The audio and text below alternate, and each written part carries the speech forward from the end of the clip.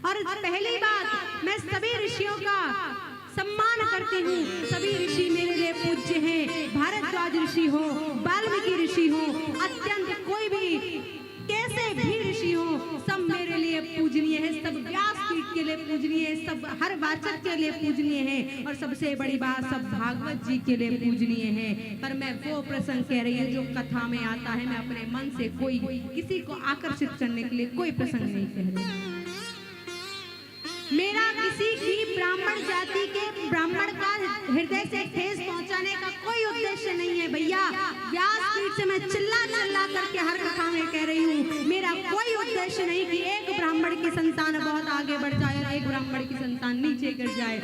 बस जो शौभ ऋषि जी महाराज की थोड़ी सी उपाधि कम कर दी गई है, मैं उसे बराबर करने की और ब्राह्मणों के साथ प्रयास करती हूँ। सब ब्राह्मण पूजनीय है। भारद्वाज, ये तो भागवत जी भी कहती है, रामचरितमानस भी कहती है, हर संत पूजनीय है, ब्राह्मण पूजनीय है। जो ब्राह्मण का काम करता है वो पूजनीय है। राम जी खुद चरण पकड़ते हैं।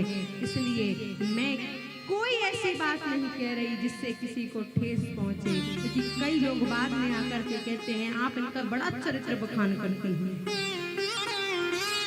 पर ये श्रीमद् भागवत कथा में कथा ये पूरी विस्तार से है, तब मैं आपको सुना रही हूँ। नहीं, मुझे कोई शौक नहीं कि ऋषि जी की अलग से कथा लेकर के। परम ब्रह्म ऋषि शौभ ऋषि महाराज जी कौन है? कईयों ने कहना प्रारंभ कर दिया शौभ ऋषि जी महाराज ब्राह्मण ही नहीं है।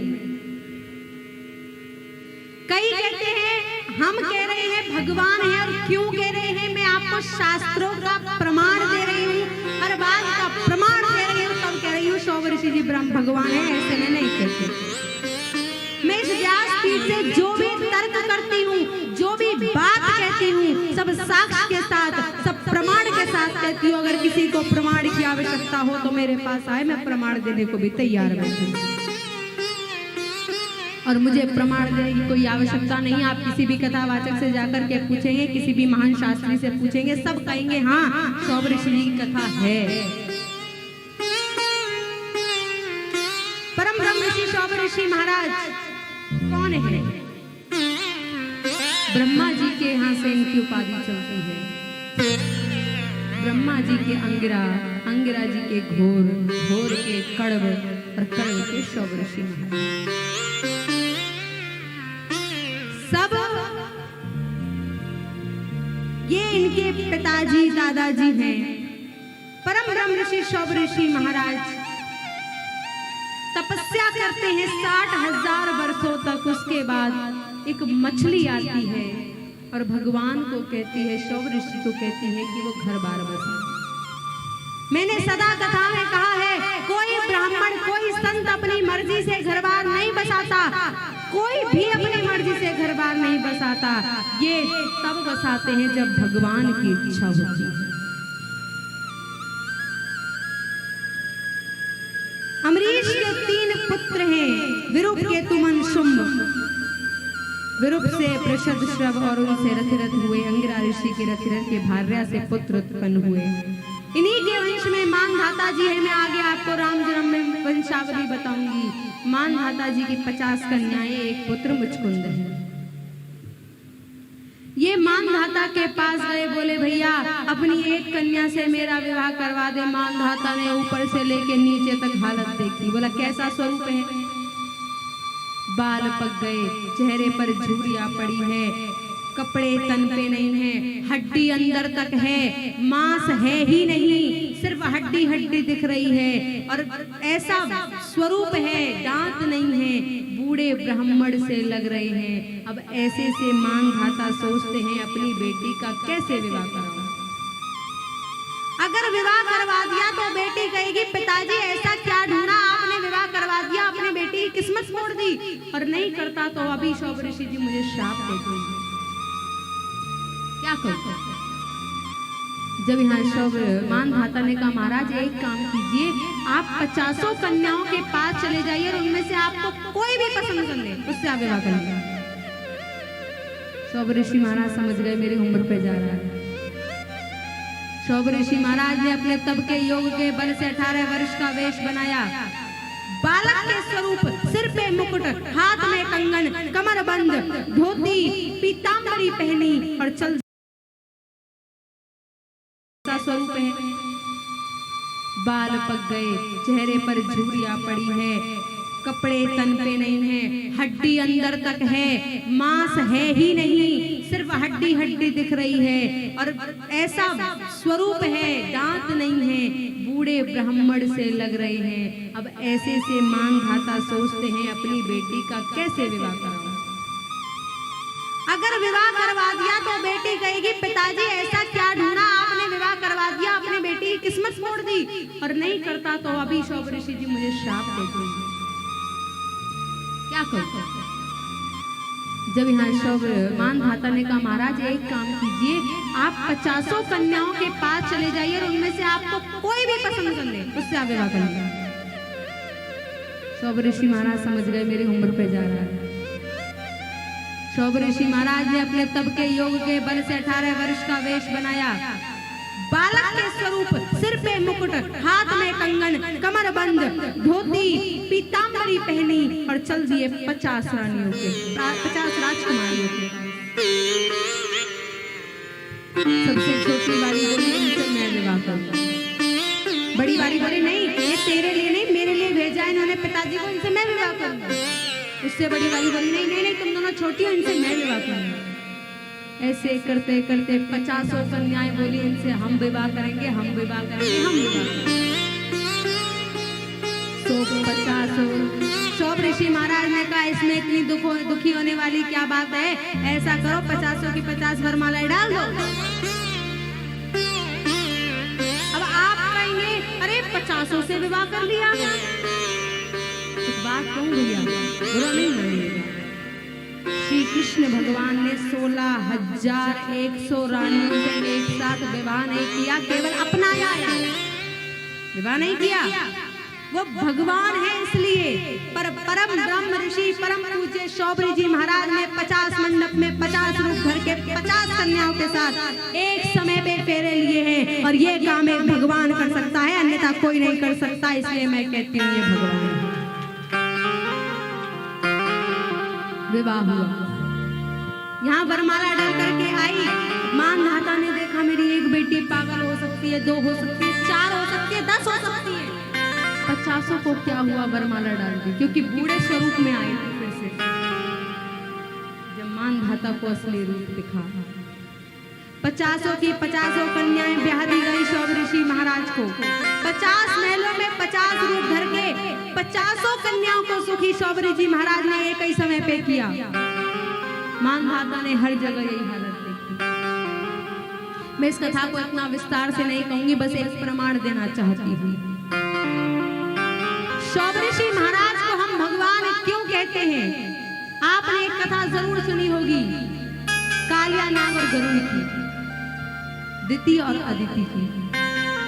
इन दोनों के बीच में शर्त लगती है कि इंद्र का घोड़ा काला है, और एक कहती है इंद्र का घोड़ा सफेद। अब देखिए कुछ टीकाकार हैं इसमें, भागवत जी में 2 भाव हैं। कई कहते हैं सूर्य के घोड़े हैं, कई कहते हैं इंद्र के घोड़े हैं, जिसके भी घोड़े हैं वो देखते हैं। और इन दोनों के बीच में शर्त लग गई, अगर घोड़ा काला हुआ तो उसकी माँ यानी कालिया नाग की माँ जो है इंद्र की, क्षमा कीजिए, गरुड़ जी की माँ नौकरानी बनेगी, सेवा करेगी। और अगर घोड़ा सफेद हुआ तो कालिया नाग की माँ धरती मैया उनकी सेवा करेगी, नौकरानी। पुत्रों को भेजा गया देखने के लिए। कालिया नाग के मन में छल आ गया, उसने सांपों से, काले सर्पों से घोड़े को लपेट दिया, जिससे घोड़ा काला दिखाई दिया, और आकर के कह दिया घोड़ा काला है।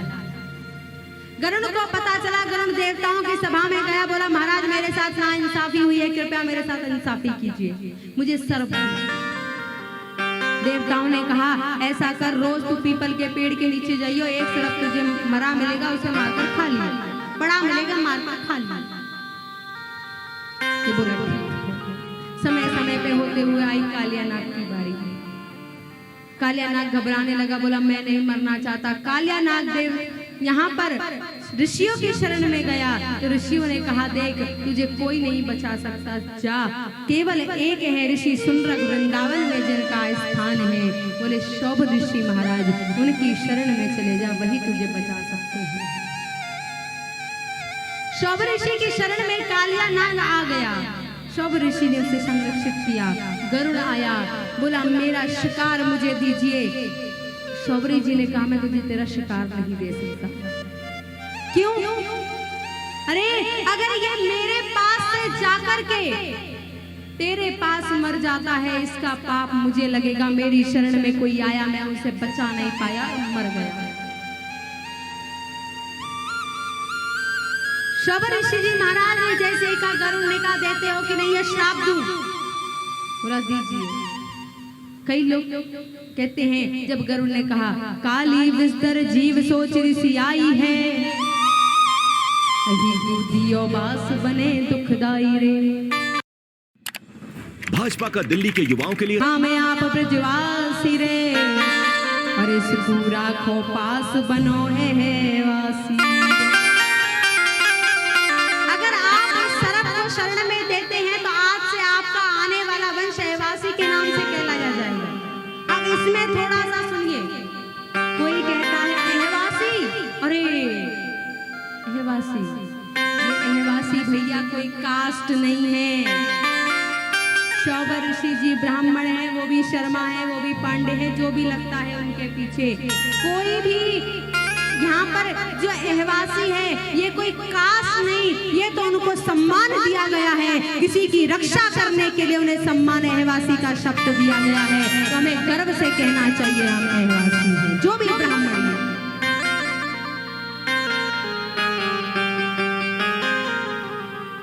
शौभ ऋषि ने कहा, अगर सर्प को रखने के बाद अगर तू मुझे ये श्राप देता है कि एहवासी के नाम से मेरा वंश जाना जाएगा, एह माने सर्पवास यानी रखना, तो मैं इस शब्द को स्वीकार करता हूँ। पर मैं किसी भी जीव को तेरी शरण में मरने के लिए नहीं छोड़ूंगा। और एक बात और बता दूं, कौन कहता है वो भगवान नहीं है? हम कहते हैं भगवान है। आप सभी मुझे बताएंगे विष्णु भगवान किस पर सोते हैं? किस पर सोते हैं? विष्णु भगवान शेष सैया पर। अच्छा, इसका अर्थ क्या है? शौभ ऋषि जी ने क्या किया? सर्प को शरण में लिया। यही काम विष्णु भगवान भी कर रहे हैं, शेष को अपनी शरण में रखते हैं। अगर उन्होंने अपनी शरण में रखा है, इसका मतलब वो भी एहवासी हैं। फिर हमें किस बात की शर्म है कि हम अपने आप को एहवासी। दूसरा प्रमाण देती हूँ, महादेव जी गले में क्या धारण करते हैं? अरे एहवासी का मतलब है सर्प को शरण में देना। महादेव जी ने तो गले में सर्प को शरण में लिया है, इस प्रकार से वो भी एहवासी है। फिर क्या शर्म है कहने में हम भगवान की संतान है? क्या शर्म रहती है कि हम एहवासी हैं? क्या शर्म है? ब्रह्मा जी के वंशज हैं शौभ ऋषि जी महाराज। और मैं कोई सिर्फ बातों की बात नहीं कह रही, मैं कोई वैसे बात नहीं कह रही भैया। सबसे बड़े प्रमाण की बात सुनिए। विष्णु पुराण में दूसरे या तीसरे अध्याय में पाराशर ऋषि ने स्वयं कहा है शौभ ऋषि महाराज को भगवान। जब वो भगवान कह रहे हैं, नारद जी भगवान के तीसरे अवतार हैं, जब वो उन्हें भगवान कह रहे हैं, तो हम सब कैसे कह सकते हैं कि वो भगवान नहीं है? इसलिए हम सभी कहते हैं कि शौभ ऋषि जी भगवान है।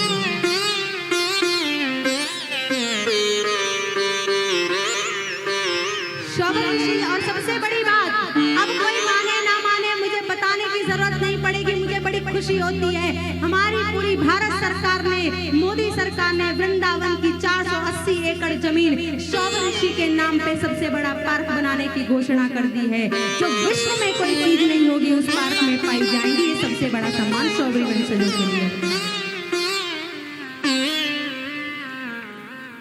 और उसमें गौ समाधि, संत समाधि बन भी चुकी है। और आपकी छोटी सी बच्ची का एक भाव है कि ब्रज में शौभ ऋषि महाराज अनोखे है गए तपधारी। जिन्होंने 60,000 वर्ष किया उसके बाद घर को बसाया है भैया, वो कोई साधारण संत नहीं हो सकता। है गए तपधारी अनोखे, है गए तपधारी, है गए तपधारी अनोखे, है गए तपधारी।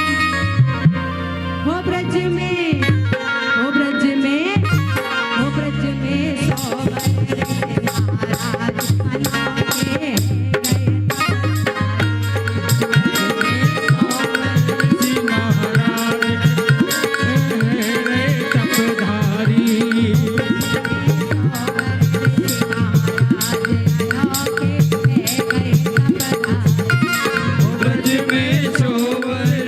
महाराज अनोखे,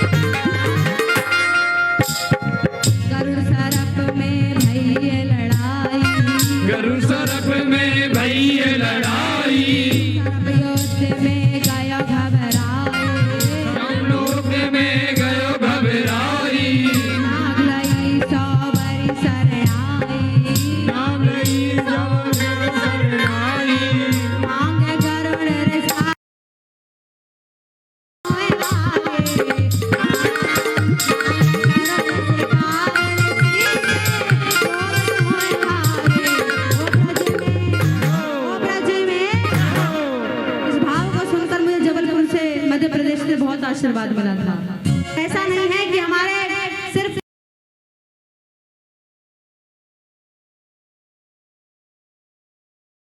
ब्राह्मण जो है केवल पंडिताई में आगे हैं। जबलपुर में हमारे जो शौवरी वंशज बच्चे हैं, 199 विश्व रिकॉर्ड है IPS ऑफिसर उधर के बच्चे, एक बार उनके लिए जोरदार तालियां होनी चाहिए।